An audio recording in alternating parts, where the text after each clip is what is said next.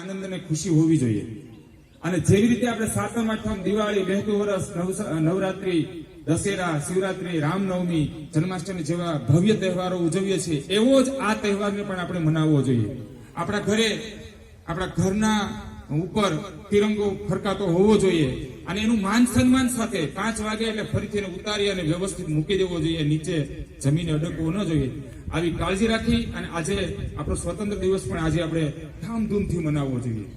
અમારા ગામની અંદર એક દાદીમાં ઓફ થઈ ગયા, ઘણો સમય થયો, પણ એને ઈ ખબર નહોતી ઉના ક્યાં છે ઈ ખબર નહોતી। એટલા માટે આપણને ઘણી વખત ખબર ન હોય કે આજે સ્વતંત્ર દિવસ છે એમાં શું જાય કે ધ્વજ ફરકાવી દે પતી ગયું। મિત્રો, આઝાદી એટલી બધી મહામૂલી છે, એ તો જે આપણા દાદાઓ ગુલામીમાં સમય કાઢી ગયા એને જ ખબર હોય।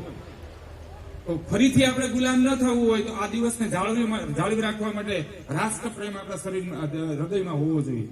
સરસ, એ અનુસંધાને આપણા જ ગામની એક દીકરી વણઝર કવિતાબેન મંગાભાઈ એમને હું આમંત્રિત કરીશ અને તેઓ પોતાનું ઉદ્બોધન રજૂ કરશે। કવિતાબેન।